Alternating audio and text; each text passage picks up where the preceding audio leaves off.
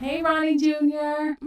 What is that transition like for you though when you get to like new eyeballs, working with Ricky Smiley, and that kind of transitioning to Dish Nation? What does is there compromises in the way you broadcast, or was it just like a good stage for your age and where you were going directionally? I mean, stylistically, I've always been able to, kind of be like water as it represents to what I'm doing new. So the dynamic with the night show that me, Super K, and Keynote did, I was kind of like the straight guy on the show, and Keynote and Super K were kind of like the wild, crazy ones. On Ricky's show, Ricky's like the wild, crazy one. I'm not necessarily the voice of reason either. So I kind of had to turn into like the Lee Harvey Oswald and just like be able to snipe from the roof and get my jokes off that way. You know what I mean? Like, Okay. so that's who I needed to be for that show. I needed to be the entertainment, the hip hop guy, the guy who knows about the new sneakers that's coming out. But that's also who I am anyway. But that's not what I had to do on the previous show. So you just kind of got to figure out with this new machine, what part do you play? Are you a screw? Are you a bolt? Are you a lug nut? Are you a gear? So no matter what I do, I just fall in. And as it relates to Dish Nation, you take radio from being a one-dimensional medium where it's voice, now it's voice and how you look. And at the time, I'm on Dish Nation. There wasn't so many people with dreads Right. on on I was gonna TV ask you about doing that. Yeah. entertainment news, from the very beginning. So, I had to like make sure my hair was always on point and I always like looked the part and represented because there was a lot of people who like identified with me. It's like, wow, there's somebody on TV that looked like me.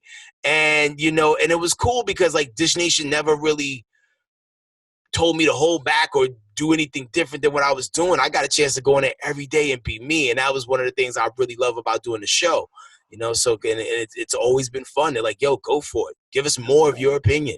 And Dish has had different incarnations because I remember as a radio person, I would like watch it and they'd see different hosts across the board. And you're one who has stuck the test of time and like pretty much, that voice on Dish Nation is very important.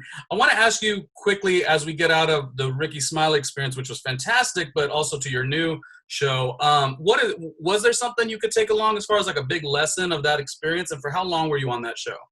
I was on the Ricky Smiley Morning Show, and I always lose track of time as it relates to how long I was doing it. But I feel like I heard somebody say something like maybe like 11 years, maybe 12 years. It just, morning radio Oh makes my goodness. time go by so fast. It's all a blur. You know what I mean? Oh yeah. It just went by so blindingly fast, like I truly lost count. When someone told me how long I was actually working for the company, I was like, there's no way that could possibly be true. But I started radio on a very even year, and being aware of what year it is, Okay. I'm like, yeah, it has been that long. Oh my God. Like, where did all the time go? So, I mean, the biggest takeaway is, the only way you can ever do something as long as I've been doing it is you have to truly love it. Mhm. Because getting up at the time that you have to get up in the morning to do morning radio, it is not the most pleasant thing in the world. You know what I mean? Like, it is tough to do. And if your love and your passion ain't there, you will burn out fast and you won't be able to really do it for the long haul. And and also too, even with this business, like if your intentions aren't right and you don't check your ego at the door and just, keep all your bridges intact, it is a hard road to walk down for the long run. Because I've seen some people get to a certain point and just like think they're on top of the mountain and just talk to people crazy. And I keep my energy consistent. Whether I'm the janitor or the person who is running the building, I keep my energy consistent because you never know what's gonna happen, and people don't forget nothing. An unreturned phone call, a weird handshake, a weird vibe. People don't forget Yeah. anything, man. So if I ain't learned nothing in this business, just be like, hey, man, be the same person who walked in the door Tuesday as you were on Monday.